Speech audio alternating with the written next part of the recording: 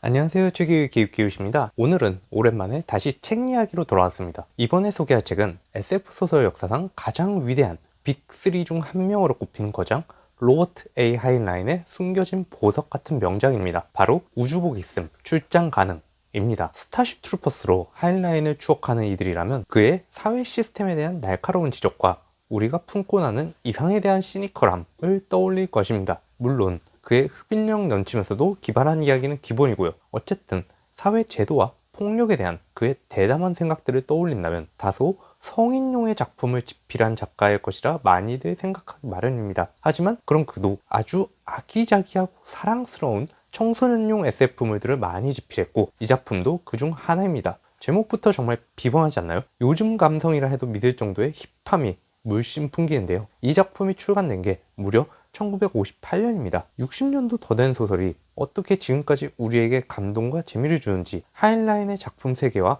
이 따뜻한 소설의 매력을 파헤쳐 보도록 하겠습니다. 본격적인 줄거리로 들어가기 전에 작가인 로버트 하인라인에 대해 이야기하지 않을 수가 없습니다. 그는 SF를 단순한 상상력의 산물에서 사회를 비판하고 인간의 본성을 탐구하는 철학적 도구로 격상시킨 인물입니다. 그의 작품들을 보면 극단적인 자유지상주의부터 궁극주의, 히피 문화에 이르기까지 아주 방대한 가치관들을 다룹니다. 하지만 오늘 소개할 이 작품은 그의 초기 걸작들, 청소년용 소설 시리즈의 대미를 장식하는 작품입니다. 하인라인의 다른 작품들이 때로는 차갑고 논쟁적이라면 이 소설은 놀라울 정도로 따뜻하고 희망차며 꿈을 꾸는 소년이 세상을 어떻게 구하는가에 대한 근본적인 찬사를 보냅니다. 저는 이 작품이 하인라인의 모든 작품들 중 가장 사랑스러운 작품이라고 확신합니다. 이 소설의 주인공 킵은 평범한 학생입니다. 그의 꿈은 단 하나, 달에 가는 것입니다. 하지만 가난한 집안 형편에 달 여행은커녕 대학 등록금도 걱정해야 할 처지죠. 그러던 중 킵은 비누회사가 주최한 경품 행사에 당첨이 됩니다. 1등 상품은 바로 달 여행권. 하지만 킵은 운이 좋은 것인지 나쁜 것인지 1등이 아닌 2등에 당첨되어 중고 우주복을 받게 됩니다. 보통 사람이었다면 실망하고 우주복을 팔아버렸겠죠. 하지만 킵은 엔지니어적 기질을 발휘해 이 낡은 우주복을 분해하고 수리하기 시작합니다. 우주복에 오스카라는 이름까지 붙여주고 안테나를 고치고 공기정화 장치를 수리하며 마당에서 우주복을 입고 걷는 연습을 합니다. 이 과정이 정말 흥미롭습니다. 하인라인은 우주복이 단순한 옷이 아니라 사람을 살리는 하나의 작은 우주선이라는 점을 아주 치밀하게 설명합니다. 엔지니어 출신인 그의 경험이 돋보이는 묘사가 아닐 수 없습니다. 그러던 어느 날 뜬금없이 우주복을 입고 마당을 걷던 킵 앞에 진짜 우주선이 나타납니다. 그 안에서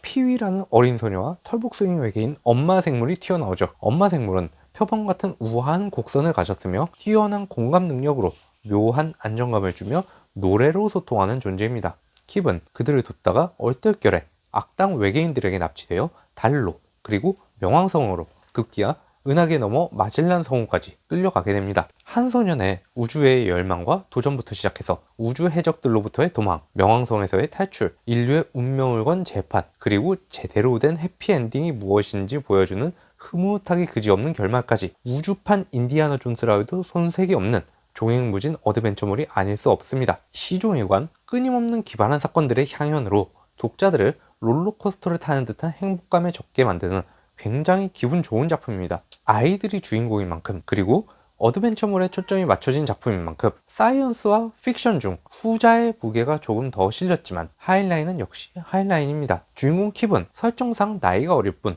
완벽한 공학자적 면모를 보여줍니다. 고물 우주복을 수리하는 것부터 행성 간 항해 거리를 계산하고 독방에서의 탈출 계획을 세우는 등 공학 교육을 받지 않았다면 대부분의 성인도 엄두를 내지 못할 일들을 해냅니다. 물론 중간중간 이러한 공학적 내용이 포함되긴 하지만 전반적으로 하드 SF라고 칭할 만큼은 아니니 독자 여러분께서는 너무 걱정하지 않으셔도 됩니다. 아무튼 우리의 주인공은 주어진 상황에서 과학적 지식을 이용하여 문제를 해결하는 엔지니어라는 직업의 정의에 완벽히 부합하는 행동력을 지닌 친구입니다. 결국 주인공 녀석들이 못 말리는 말괄량이들이라는 사실, 그리고 자신의 애착 우주복과 귀여운 대화를 나눈다는 점을 제외하면 이게 애라고? 싶은 장면들이 한두 곳이 아닙니다. 뭐 어떻습니까? 우리의 꿈 역시 어린 시절 가장 창대했지 않았습니까? 그리고 벌레머리 외계인들이 지구를 침략하려는 계획을 세우고 있다는 설정이다 보니 하인라인의 전매 특허인 군사 전략적 서술도 군데군데 등장하며 재미를 더합니다. 특히 그들이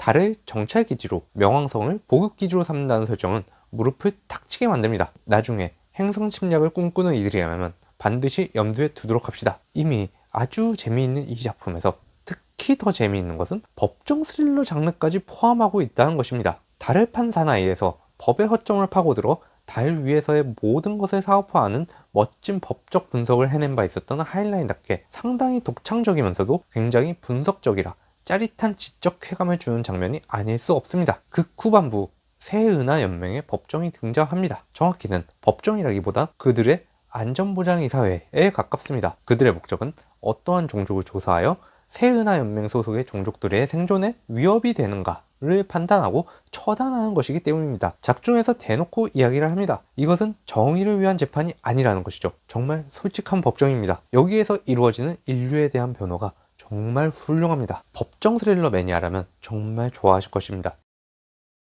제가 생각하는 이 소설이 단순한 모험담을 넘어 SF의 명작으로 불리는 이유는 다음 세 가지 때문입니다. 첫째, 하드웨어에 담긴 인간의 자부심입니다. 킵이 우주복 오스카를 수리하는 과정은 사실 하이라인이 독자들에게 보내는 메시지입니다. 주어진 시스템을 단순히 소비하지 말고 직접 뜯어보고 이해하고 고쳐라는 것이죠. 킵이 오스카를 직접 고쳤기 때문에 그는 극한의 우주 공간에서도 살아남을 수 있었습니다. 이건 기술에 대한 맹신이 아니라 기술을 다루는 인간의 태도에 대한 이야기입니다. 둘째, 하이라인식 시민정신의 정수입니다. 소설 후반부 은하계 법정에서 인류는 폭력적이고 위험한 종족이라며 멸망의 위기에 처합니다. 이때 킵은 인류를 대표해 변론합니다. 우리가 비록 불완전하고 싸움을 멈추지 않지만 별을 향해 나아가려는 의지만큼은 진심이라고 말이죠. 이 장면은 하이라인이 평생 추구했던 책임감 있는 개인이 어떻게 종족 전체의 가치를 증명하는지 보여주는 최고의 명장면입니다. 셋째, 가장 다정한 하이라인을 만날 수 있다는 점입니다. 하이라인의 후기작들이 성인지향적이고 복잡한 철학에 매몰되었다면 이 작품은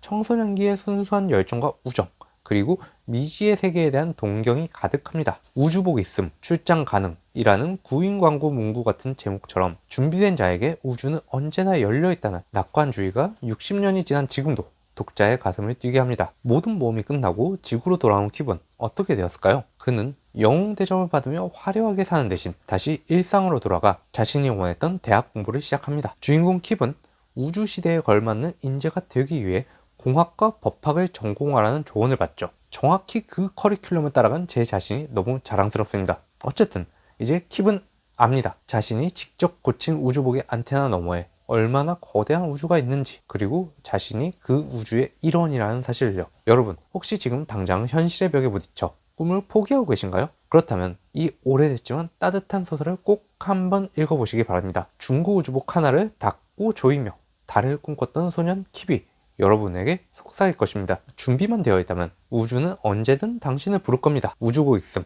출장 가능. 오늘 준비한 하이라인 예찬론은 여기까지입니다. 여러분의 가슴속에도 나만의 오스카가 있으신가요? 저는 또 다른 지적 쾌감을 주는 작품으로 기웃기웃 돌아오겠습니다. 감사합니다.